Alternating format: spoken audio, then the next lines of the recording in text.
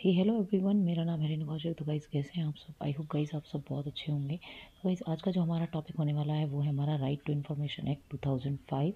Legal aspect का ये हमारा थर्ड जो है वो हमारा एक्ट है। तो स्टार्ट करते हैं बिना किसी देरी के। राइट टू इन्फॉर्मेशन एक्ट तो क्या कहता है ये राइट टू इन्फॉर्मेशन एक्ट? देखिए, सबसे पहले हम बात करेंगे राइट टू इन्फॉर्मेशन एक्ट की, हम आरटीआई की जो है इवोल्यूशन की, कि आरटीआई का इवोल्यूशन कैसे हुआ, आरटीआई एक्ट आया कैसे।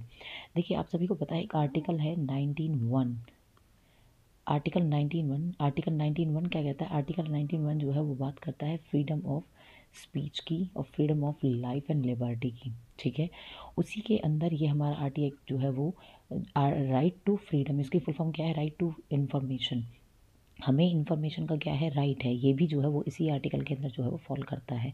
राइट टू इन्फॉर्मेशन एक्ट से पहले हमारे पास एक एक्ट था जिसका नाम था right freedom of information act 2002। जो फ्रीडम ऑफ इंफॉर्मेशन एक्ट 2002 है, ये हमारे इंडिया के अंदर जो है वो अप्लाई जो है वो नहीं हुआ था। उसके बाद 2005 में गवर्नमेंट चेंज हुई, तो गवर्नमेंट ने, कांग्रेस गवर्नमेंट ने क्या किया? कांग्रेस गवर्नमेंट ने इस एक्ट को जो है वो 2005 में आरटीआई एक्ट 2005 के नाम से जो है इसे अप्लाई किया पूरे के पूरे भारत के अंदर। ठीक है, बात करें कुछ इस इम्पॉर्टेंट, इसके कुछ इंपॉर्टेंट डेट्स हैं, वो कौन कौन सी हैं। हम बात करें कि प्रेसिडेंट ने इसको असेंट दी, इस एक्ट को 15 जून 2005 में। नोटिफाई हुआ ये 22 जून 2005 को। कमेंस हुआ ये आपका 12 अक्टूबर 2005। यूजीसी नेट के अंदर क्वेश्चन आया हुआ था इस डेट से, कमेंस कब हुआ ये। उसके अंदर जो मंथली डेट थी ना, उसको 13 अक्टूबर किया हुआ था, जबकि डेट क्या है? 12 अक्टूबर। तो ये याद रखिएगा कि ये 12 अक्टूबर 2005 को जो है वो कमेंस हुआ, शुरू किया गया। ठीक है, उसके बाद हम बात करते हैं ऑब्जेक्टिव्स क्या है आरटीआई के। देखिए, इस एक्ट के ऑब्जेक्टिव्स क्या थे? राइट टू इंफॉर्मेशन, हमें इंफॉर्मेशन मांगने का अधिकार है। किससे? हमें इंफॉर्मेशन मांगने का अधिकार है गवर्नमेंट से। ठीक है, ये एक्ट हमारा ये कहता है। आरटीआई क्या कहता है? आरटीआई कहता है कि हमें जो है as a citizen of India, हमें इंडिया का सिटीज़न होने के नाते ये अधिकार है कि हम गवर्नमेंट से ही पता करें कि गवर्नमेंट, कि हमारा पब्लिक का जो पैसा है गवर्नमेंट उसे कहाँ कहाँ जो है वो यूज़ कर रही है। तो ये एक्ट क्या करता है? ये एक्ट एम्पावर करता है सिटीजन्स को, ये उन्हें पावर प्रोवाइड करता है कि वो क्वेश्चन करें किससे? गवर्नमेंट से। ये प्रमोट करता है ट्रांसपेरेंसी को, अकाउंटेबिलिटी को बढ़ाता है गवर्नमेंट की। गवर्नमेंट जो घोटाले करता है उसके करप्शन को रोकने में हेल्प करता है, डेमोक्रेसी को बढ़ाने में हेल्प करता है, और टाइमली इन्फॉर्मेशन प्रोवाइड करता है सिटीजन्स को जो उन्हें चाहिए। अब हम बात करते हैं कि इन्फॉर्मेशन की, क्योंकि हमारा ये जो एक्ट है वो कहता है, हमें अधिकार है राइट टू इन्फॉर्मेशन का, हमें इन्फॉर्मेशन लेने का अधिकार है। कौन सी इन्फॉर्मेशन लेने का अधिकार है? तो वो कह रहा है इन्फॉर्मेशन के अंदर क्या क्या आएगा? इन्फॉर्मेशन के अंदर आएगा कोई भी मटेरियल, चाहे वो किसी भी फॉर्म में हो, चाहे वो रिकॉर्ड की फॉर्म में हो, डॉक्यूमेंट हो, मेमोज हो, ईमेल हो, ओपिनियंस हो, advice, press release, circular order, ये सब चीज़ें जो दे रखी हैं, log book, contracts, reports, papers, samples, except क्या? File noting. ये बहुत इंपॉर्टेंट है, 2 बार आया हुआ क्वेश्चन है ये, कि इन्फॉर्मेशन में क्या नहीं आता। ये क्वेश्चन यूजीसी नेट में आया हुआ है। तो क्या कहता है कि इन्फॉर्मेशन में सब कुछ आएगा लेकिन फाइल नोटिंग नहीं आएगी। फाइल नोटिंग का मतलब क्या होता है? देखिए, फाइल नोटिंग का मतलब होता है गवर्नमेंट आपको ये तो बता देगी कि किसी काम को उसने, कि जो पैसा है वो पैसा उसने कहाँ कहाँ यूज़ किया है। ठीक है, लेकिन गवर्नमेंट आपको ये नहीं बताएगी कि वो किस प्रोसेस से उस पैसे को लगा रही है, कहाँ यूज़ कर रही है, और उससे रिलेटेड कौन कौन से डिसीज़न वो ले रही है। तो ना तो डिसीज़न आपको बताएगी, ना ही वो प्रोसेस आपको बताएगी। इसी प्रोसेस और डिसीजन मेकिंग को क्या बोलते हैं? हम फाइल नोटिंग बोलते हैं। ये सब चीज़ें गवर्नमेंट आपको जो है वो नहीं बताएगी। कौन कौन सी इन्फॉर्मेशन है जो इस सेक्शन के अंदर एग्जेम्प्ट हैं? इस सेक्शन के अंदर कोई भी नेशनल सिक्योरिटी से रिलेटेड इन्फॉर्मेशन, मतलब कि भारत की प्रभुता अखंडता को अगर ठेस पहुंचाती है, उसके इंटरेस्ट को अगर ठेस पहुंचाती है, तो वो नहीं आएगी। कोई भी नेशनल इकोनॉमिक इंटरेस्ट, किसी भी करेंसी से रिलेटेड, कोई भी इंटरेस्ट रेट से रिलेटेड, टैक्सेस से रिलेटेड, फाइनेंशियल इंस्टीट्यूशन से रिलेटेड कोई भी सीक्रेसी है, कोई भी चीज़ ऐसी है जो नहीं बतानी है पब्लिक को, वो नहीं बताई जाएगी। कोई भी फॉरेन रिलेशन है, कोई भी पॉलिसीज़, कोई भी फॉरेन इन्फॉर्मेशन, कोई भी ऐसी इन्फॉर्मेशन जो फॉरेन के इंटरेस्ट से रिलेटेड है, वो आपको नहीं बताई जाएगी। कोई भी लॉ, उससे रिलेटेड कोई भी ऑनगोइंग इन्वेस्टिगेशन, उससे रिलेटेड कोई भी विटनेसेस या कोई भी आइडेंटिटीज़, वो आपको नहीं बताई जाएंगी। कोई भी कॉन्फिडेंशियल इन्फॉर्मेशन, मतलब कि कोई भी फार्मूला है, ठीक है, कोई भी आपके आईपीआर से रिलेटेड, इंटेलेक्चुअल प्रॉपर्टी राइट से रिलेटेड अगर कोई भी चीज़ें हैं, वो आपको नहीं बताई जाएंगी। पर्सनल इन्फॉर्मेशन जो हार्म करे किसी इंडिविजुअल की सेफ्टी को, वो आपको यहाँ पर नहीं बताई जाएंगी। अब ना आपको एक चीज़ और याद रखनी है, कि जब भी बात की जाए ना कि इन्फॉर्मेशन कौन किस किस को मिल सकती है, देखिए इन्फॉर्मेशन सिर्फ और सिर्फ मिलेगी किसको, सिटीज़न ऑफ इंडिया को। किसको मिलेगी, सिटीज़न को मिलेगी, ना कि रेजिडेंट को। याद रखिएगा, रेजिडेंट को नहीं मिलेगी, सिटीज़न को मिलेगी। तो कोई भी अगर सिटीज़न ऑफ इंडिया है तो उसको इन्फॉर्मेशन दी जाएगी, रेजिडेंट को नहीं, ठीक है। और सिटीजनशिप के बेस पे, मतलब कि नागरिकता के बेस पे इन्फॉर्मेशन दी जाएगी। दूसरा पॉइंट ये याद रखना है आपको, जब भी बात इन्फॉर्मेशन की हो तो याद रखिएगा कि किस किस को इन्फॉर्मेशन नहीं मिल सकती। कोई भी बॉडी कॉरपोरेट, कोई भी एसोसिएशन ऑफ पर्सन, कोई भी कंपनी, कोई भी इंस्टीट्यूशन एज ए ग्रुप के बेस पे मतलब इन्फॉर्मेशन नहीं ले सकता। सिर्फ और सिर्फ कोई भी, अगर इस इंस्टीट्यूशन का कोई पर्सन है, इस कंपनी का कोई पर्सन है, इस एसोसिएशन ऑफ पर्सन का कोई भी पर्सन है जिसकी सिटीजनशिप इंडिया की है, वो इन्फॉर्मेशन जो है वो मांग सकता है। तो ये एक्ट जो है वो ये कहता है। अब इस एक्ट के अंदर ना एक इम्पॉर्टेंट पॉइंट ये है कि जब भी आप इन्फॉर्मेशन मांगेंगे तो आपको पता होना चाहिए कि आप मांगेंगे कैसे। तो आपको पता होना चाहिए कि इन्फॉर्मेशन आप कैसे मांगेंगे। आप मांगेंगे एप्लीकेशन के थ्रू। सबसे पहला तो ये एप्लीकेशन आपको हिंदी, इंग्लिश और किसी भी रीजनल लैंग्वेज में आप लिख सकते हैं। दूसरा, इसका कोई भी फॉर्मेट नहीं है, आप इसे कैसे भी लिख सकते हैं, ठीक है। थर्ड क्या है, थर्ड ये है कि क्या कोई फ़ीस है, हाँ 10 रुपये पर एप्लीकेशन जो है वो फ़ीस है। फोर्थ पॉइंट ये है, BPL बिलो पॉवर्टी लाइन वालों के लिए कोई फ़ीस नहीं है। फिफ्थ पॉइंट ये है, जब भी बात होगी ना एप्लीकेशन की तो 2 रुपीज़ पर पेज, जो भी प्रिंट आउट वगैरह करवानी पड़ेगी उस पब्लिक अथॉरिटी को, उसके 2 रुपीज़ पर पेज जो है वो चार्ज आपसे किए जाएंगे। ये बहुत इंपॉर्टेंट चीज़ है। और एक लास्ट क्या है, लास्ट है कि क्या कितने क्वेश्चन आप पूछ सकते हो एक एप्लीकेशन के अंदर। तो अनलिमिटेड क्वेश्चन आप जो है वो पूछ सकते हैं एक एप्लीकेशन के अंदर। बात करते हैं आपकी कि टाइम पीरियड है क्या, जो भी इन्फॉर्मेशन आपको दी जाएगी उसका कोई टाइम पीरियड भी है क्या। यस, देखिए जब भी आप गवर्नमेंट से कोई भी इन्फॉर्मेशन मांगेंगे ना तो आपको कितने दिन के अंदर अंदर इन्फॉर्मेशन मिलेगी, with in 30 days in normal case.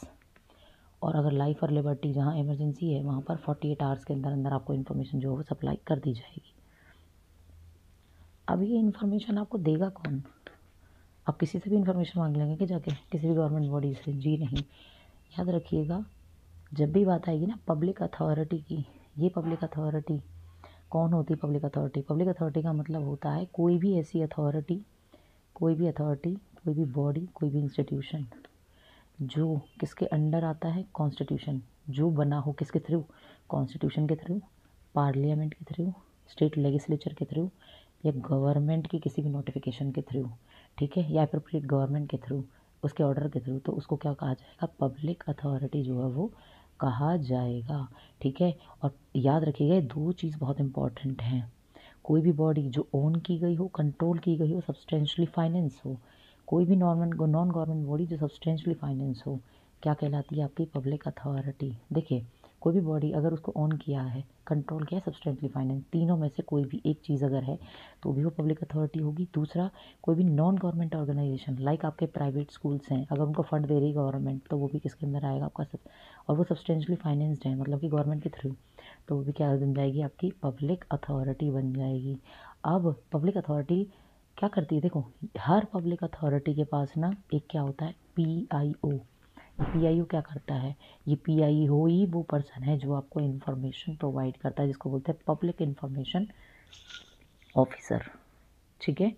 उसके बाद हम बात करेंगे आपका, अब यहाँ पर देखिए ये लिखा है पब्लिक इन्फॉर्मेशन ऑफिसर PIO है, और APIO होता है आपका assistant public information officer. PIO के जो नीचे काम करता है उसको क्या बोलते हैं, APIO। अब मान लीजिए आप डायरेक्ट कनेक्ट नहीं कर पा रहे हैं PIO से, तो आप किससे कनेक्ट करेंगे, आप करेंगे APIO से।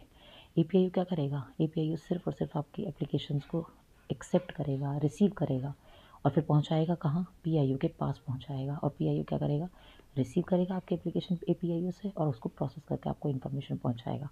तो सिर्फ और सिर्फ रिसीव करने का काम APIO का है और इन्फॉर्मेशन प्रोवाइड करने का काम, उसको प्रोसेस करने का काम किसका है, PIO का है, ठीक है। उसके बाद हम बात करते हैं, यहाँ पर एक पोर्शन है आपका अपील का। देखो जब भी हम बात करेंगे ना अपील की, इसको यहाँ समझिए, देखिए जब भी हम बात करेंगे ना अपील की, एक होता है आपका APIO, ठीक है, एक होता है आपका PIO, एक होता है आपका फर्स्ट एपेलेट अथॉरिटी, इससे ऊपर होते हैं आपके आईसी। देखिए ध्यान से समझिएगा इसको।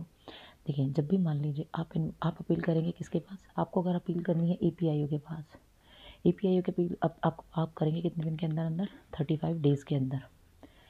पीआईओ से अगर आपको अपील करनी है तो आप कितने दिन के अंदर अंदर करेंगे, 30 डेज़ के अंदर अंदर आपको अपील करनी होगी। ठीक है, कि आपको इन्फॉर्मेशन अगर पीआईओ से चाहिए तो आपको अपील करनी होगी 30 डेज़ के अंदर अंदर।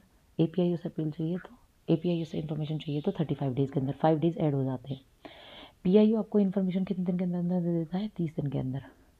अब आप पीआईओ की इन्फॉर्मेशन से सेटिस्फाइड नहीं है, आप जाएंगे फर्स्ट एपलेट अथॉरिटी के पास। ये फर्स्ट एपलेट अथॉरिटी इससे कितने दिन के अंदर अंदर आपको अपील करनी होगी, 30 डेज़ के अंदर आपको अपील करनी होगी। ये भी आपको इन्फॉर्मेशन 30 दिन के अंदर दे देता है। लेकिन अगर आप इसकी भी इन्फॉर्मेशन से सेटिस्फाइड नहीं है या इसने आपको गलत इन्फॉर्मेशन दे दी या दी ही नहीं, उस केस में आप किससे अपील करेंगे, आप करेंगे इन्फॉर्मेशन कमिश्नर से।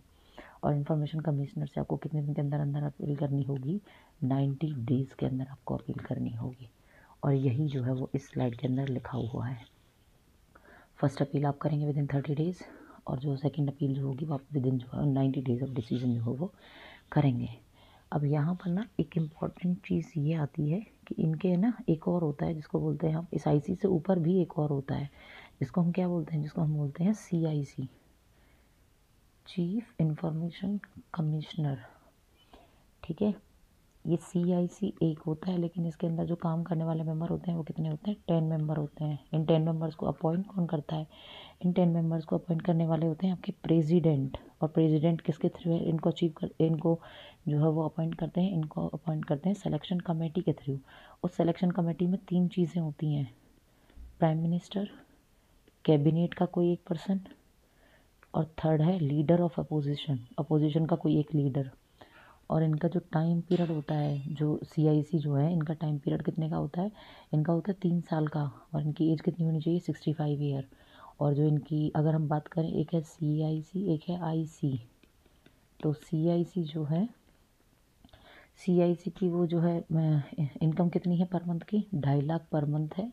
और आईसी की कितनी है, 225 पर मंथ। ये छोटी सी जानकारी भी जो है आप याद रखिएगा। बात करते हैं पेनल्टी की। देखिए अब वो कह रहा है कि क्या कोई पेनल्टी भी है क्या, अगर मान लीजिए हमने इन्फॉर्मेशन, पीआईओ ने अगर आपको इन्फॉर्मेशन नहीं दी तो पीआईओ पे कोई पेनल्टी भी लगेगी क्या। तो आंसर है यस। किस किस केस में, अगर वो इन्फॉर्मेशन ना दे, अगर वो गलत इन्फॉर्मेशन दे दे, अगर वो इन्फॉर्मेशन को डिस्ट्रॉय कर दे, और अगर वो 30 दिन के अंदर अंदर इन्फॉर्मेशन ना दे, तो उस केस में मिनिमम 250 रुपये और मैक्सिमम 25,000 रुपये जो है वो उस पर पेनल्टी है। नेक्स्ट जो है वो हम बात करेंगे किसकी। अब यहाँ पर ना एक चीज़ और समझिएगा कि पेनल्टी के केस में मान लीजिए अपने पीआईओ पर पेनल्टी तो लगा दी, लेकिन पीआईओ आपको 3 चीज़ें बताएगा। जब भी आप पीआईओ पर पेनल्टी लगाएंगे 3 चीज़ें बताएगा। सबसे पहला तो वो आपको एक रीज़न देगा कि उसने आपकी जो एप्लीकेशन है उसको क्यों नहीं जो है वो या तो दिया नहीं, या फिर उसको डिस्ट्रॉय कर दिया, कुछ भी कर दिया हो। ठीक है, तो पीआईओ आपको सबसे पहला तो रीज़न देगा आपकी इन्फॉर्मेशन ना देने का। सेकंड, वो आपको बताएगा कि आप किस एपेलेट अथॉरिटी के पास जो है वो जाकर जो है वो फाइल करेंगे आरटीआई। समझ में आया, आप आरटीआई किस एपेलेट अथॉरिटी के पास फाइल करेंगे और कितने टाइम पीरियड के अंदर अंदर जो है वो आप फाइल करेंगे, ये भी आपको पीआईओ बताए। तो ये 3 चीज़ें भी जो है वो बहुत ज़्यादा इम्पॉर्टेंट हैं। So thank you so much guys, ये था छोटा सा टॉपिक, बहुत इंपॉर्टेंट टॉपिक है। पूरा टेक्स्ट जो है वो इसमें ख़त्म हो गया है। नेक्स्ट वीडियो में हम इसके पीवाईक्यूज़ करेंगे, आपको पता चलेगा कि इससे क्वेश्चन जो है वो किस तरीके से बनते हैं। Thank you so much.